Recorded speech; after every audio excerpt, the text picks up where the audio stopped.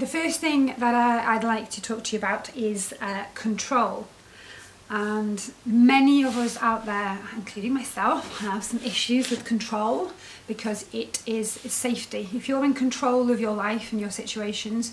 and what's going on around you, then you automatically feel safe, and the future, even if it might not necessarily be a particularly productive or a particularly positive future, it feels right to you because you are in control of it, and it's your safety net that you're providing for yourself. Now, we're in a situation at the moment where there is no control, and we have no control over what the government do. We've got no control over what the virus does. We have no control over our businesses, our livelihoods, our jobs, and it's just chaos. Everything's up in the air, and there's an awful lot of fear everywhere. Before I put together these particular videos for the coronavirus crisis, I was already working on fear as the major source of stress and the major source of illness. And all my workshops that I've done for the last few years have been based on the neuroscience behind how stress affects your body. So now more than ever, it's so vitally important that that knowledge gets out there so that everybody can understand how your thought process and how what you're presented with on a daily basis has such an effect on your brain and your internal mechanisms from that computer between your ears, that if you're in a fear response, which we all are now on a daily basis, even more than usual, and believe me, it was a crisis point before this happened, so now it's just one massive big fear fest.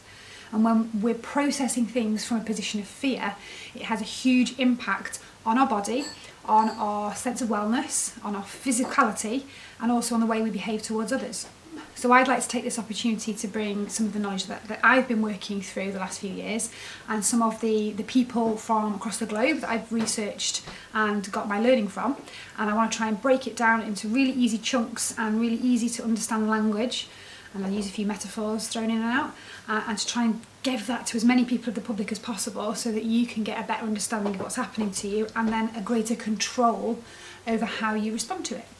So Mindset Mojo as a course will give you everything you need and all the tools and all the strategies, and I'll be able to take you through that process. There's various ways to do it, and there'll be some live Zooms and lessons, and there's the online course and a workbook for you to work through. I'll post the links for you to have a look at and you can follow. But as well as that, I want to try and get as much of the information in Mindset Mojo condensed into these little short videos so that I can post them on my social media channels and I can get them out to people who really, really need them, because some of the content is based around what you can do right now to switch off your fear response and to get rid of those feelings of anxiety and panic and stress, and become really mindful about what's going on. And I think it's crucial now more than ever.